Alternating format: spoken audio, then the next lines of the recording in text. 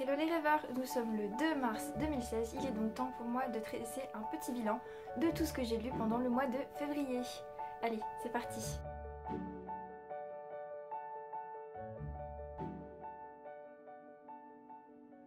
Bon alors durant le mois de février, j'ai encore lu une dizaine de romans en me partageant entre des lectures personnelles et des lectures pour l'université. Donc je vais très vite vous parler de tout ça et voilà.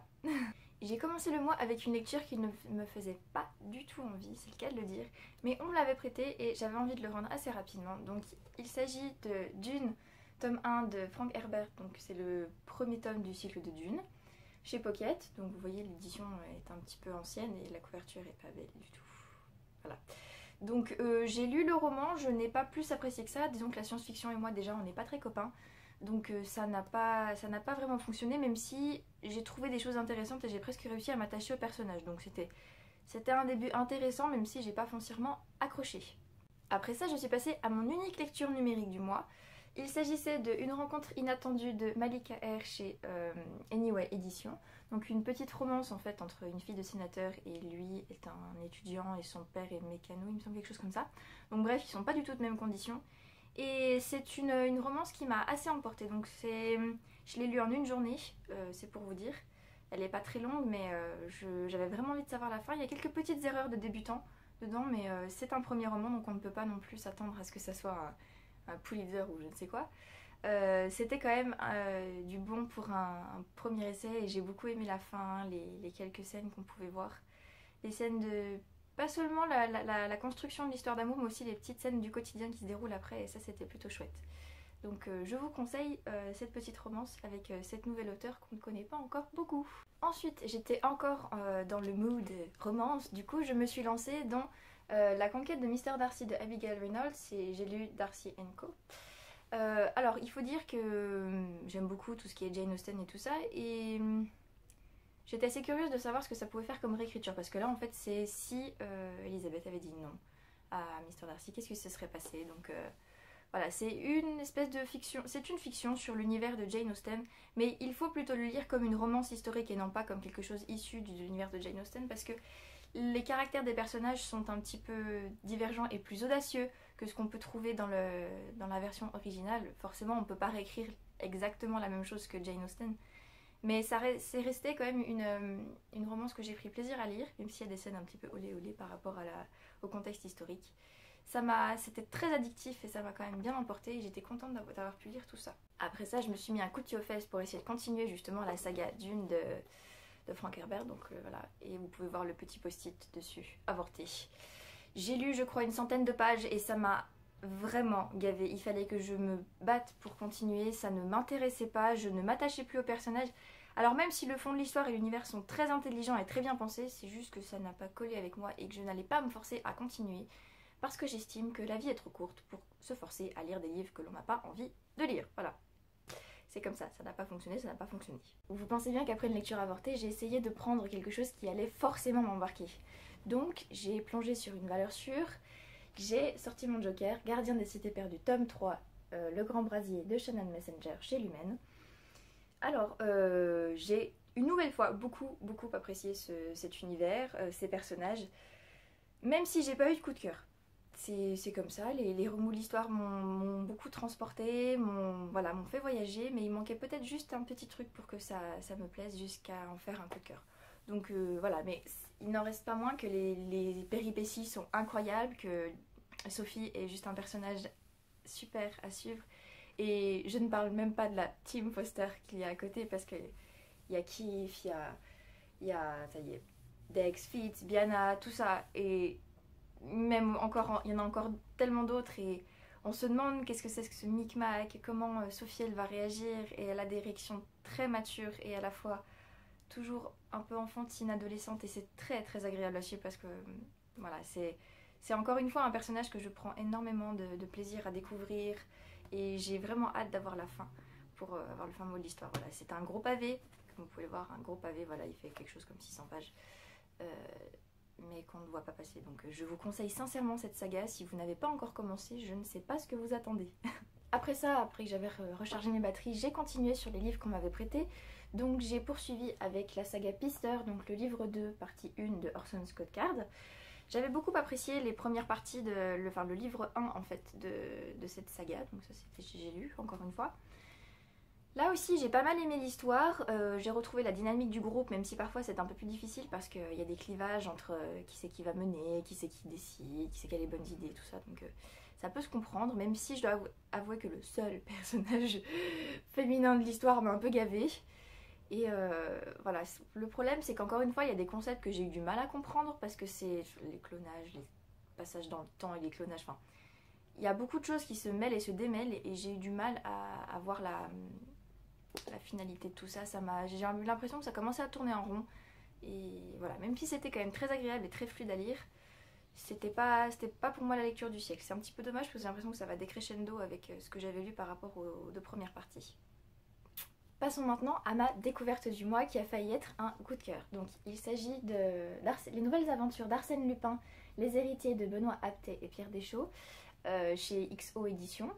Alors je ne sais pas si vous connaissez Arsène Lupin, c'est un personnage de Maurice Leblanc à la base que nos parents ont connu et je dois avouer que c'est un personnage qui a toujours fait partie de mon imaginaire d'enfant, que ce soit par des séries télé ou simplement par le fait qu'on m'en ait parlé. Et j'avoue que là, quand on m'a proposé, j'ai dit tout de suite oui et je ne m'attendais vraiment pas à ce que les auteurs réussissent à faire revivre ce personnage avec autant de classe, avec autant de péripéties, parce qu'on ne suit pas forcément qu'Arsène Lupin, on suit les personnages connexes aussi et ça permet de construire une histoire qui va un petit peu, je dirais pas dans tous les coins du monde, mais on ne reste pas en France et l'intrigue se construit et ça s'emballe et c'est tellement plein de classe. Franchement, j'ai vraiment apprécié. Il y a beaucoup de classe, beaucoup d'intrigue et quelque part de passion et pourtant beaucoup de calme aussi dans cette histoire. Et voilà, il y a énormément de choses qui se dégagent et c'est juste exceptionnel. Moi, j'ai vraiment beaucoup aimé. Donc, je vous conseille sincèrement ces nouvelles aventures. De découvrir Arsène Lupin en général aussi, mais si vous pouvez lire ça, même si vous n'avez jamais lu d'Arsène Lupin avant, moi j'en ai lu qu'un. Ça vous empêchera pas de l'apprécier et puis de découvrir un personnage tout simplement fantastique. Après quoi j'ai voulu finir avec mes emprunts, donc je suis passée au livre 2 partie 2 de Pister de Orson Scott Card, toujours chez J'ai lu. Alors là définitivement j'ai vraiment eu l'impression que ça tournait en rond et ça m'a un petit peu gavée parce que je ne savais plus à la fin ce que je devais en penser, j'avais encore moins compris que les tomes précédents et ouais, vraiment là j'ai l'impression que ça stagnait et je n'ai pas vraiment envie de savoir ce qui se passera dans la suite parce qu'il y a encore une suite, un livre 3. Je sais pas s'il est paru en France, mais je sais qu'il y a un livre 3. Et franchement, ça me tente pas tellement. J'ai fini par décrocher parce que je suis allée jusqu'à la fin, hein, je voulais quand même savoir, mais voilà, au bout d'un moment ça fait trop et puis j'ai eu l'impression de me balader, et jamais arrivé. Donc voilà, au bout d'un moment c'est lassant. Et c'est dommage parce qu'il y a toujours cette dynamique de groupe qui est assez intéressante et puis ces personnages qui peuvent être sympas à suivre, même si certains commencent là encore beaucoup à m'énerver. Il faut l'admettre, hein, au bout d'un moment, voilà, ils me gavent. Voilà, c'est dommage. Et après quoi, j'ai fini aussi, c'est le dernier livre en fait entier que j'aurai à vous présenter en dehors de mes relectures universitaires. Donc il s'agit de Moi Charlemagne, empereur chrétien de Max Gallo, chez XO Éditions, donc le dernier Max Gallo, qui parlait de Charlemagne si vous ne l'aviez pas compris. Je suis une grande fan de Max Gallo, j'aime beaucoup ce qu'il écrit, comment il écrit surtout et comment il nous met en valeur certains personnages. Et j'avais vraiment hâte de découvrir ce qui allait se passer comment il allait nous présenter tout ça et je ne suis pas déçue. Parce qu'encore une fois, il a réussi à bien allier les faits historiques et la narration du roman. Et j'ai découvert plein de choses sur Charlemagne parce que la plupart du temps, en fait, même si c'est censé être un lettré, donc Égéinard, qui écrit, il l'écrit avec la voix de Charlemagne. Donc on a l'impression que c'est lui qui s'adresse à nous ou qui dépose ses idées, ses mémoires. C'est plutôt agréable et ensuite on a une espèce de retournement.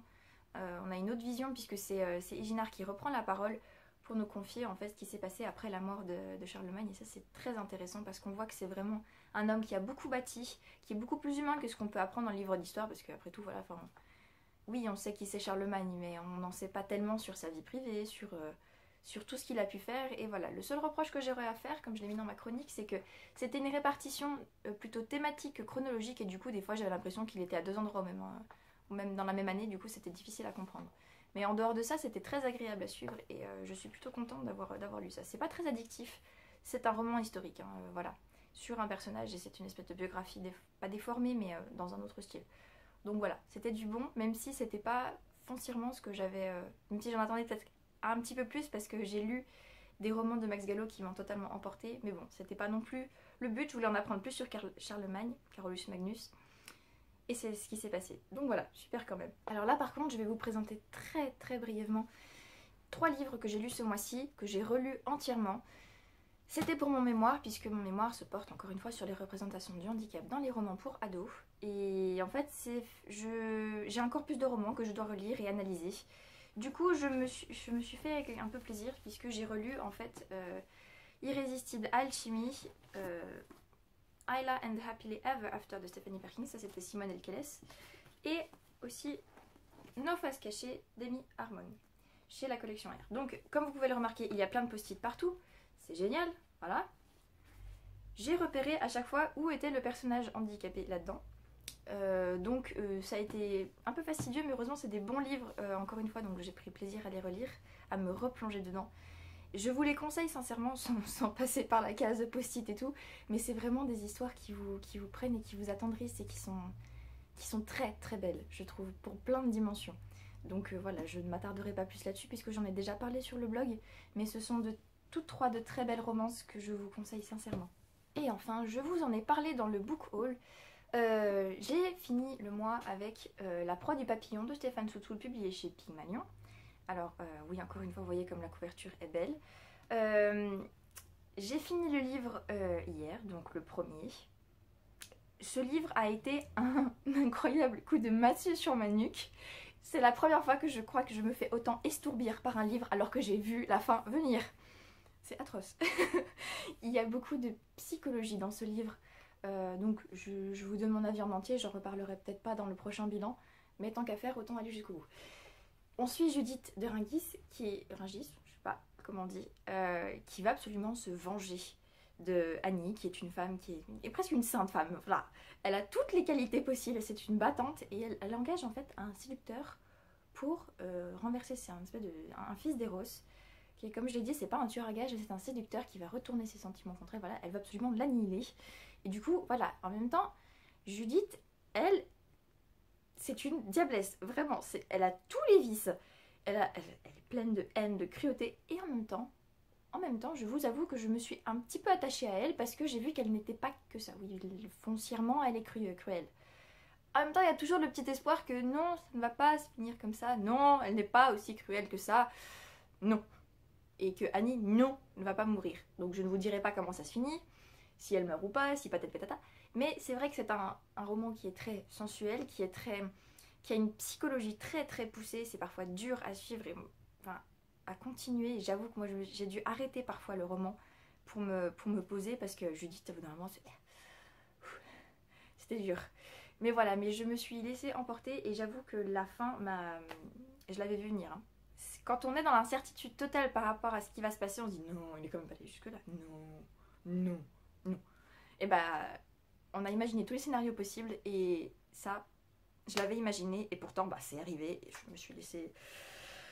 Voilà, il a fallu un entretien sur mon mémoire pour me remettre complètement. Un entretien sur mon mémoire, enfin imaginez quand même, il a fallu que je me ressaisisse complètement parce que j'étais... Coup de massue. Donc c'était du grand art, si je peux vous dire. Voilà. Donc ça fait déjà plus de 2 minutes que je parle, il faudrait peut-être que je m'arrête. Tout ça pour vous dire que ça c'est du très bon. C'est assez hard, mais ça fait pas partie des genres que j'ai d'habitude. Mais là, alors là, je ne regrette pas d'avoir essayé. Hein. Là, je me suis remise de mes émotions depuis hier et c'était très cool. Bref, maintenant que j'ai bien palabré et que j'ai raconté des tonnes de trucs et puis que la vidéo va encore être super longue à monter, à charger, tout ça, je vous souhaite un excellent mois de mars. N'hésitez pas à me dire aussi ce que vous avez pensé de ce que j'ai pu lire, si vous les avez déjà lus, ce que vous avez lu vous aussi pendant le mois de février, je vais y arriver. Et en attendant, moi je vous souhaite un excellent mois de mars, de bonnes lectures et je vous fais plein de poutous. Allez, à très vite.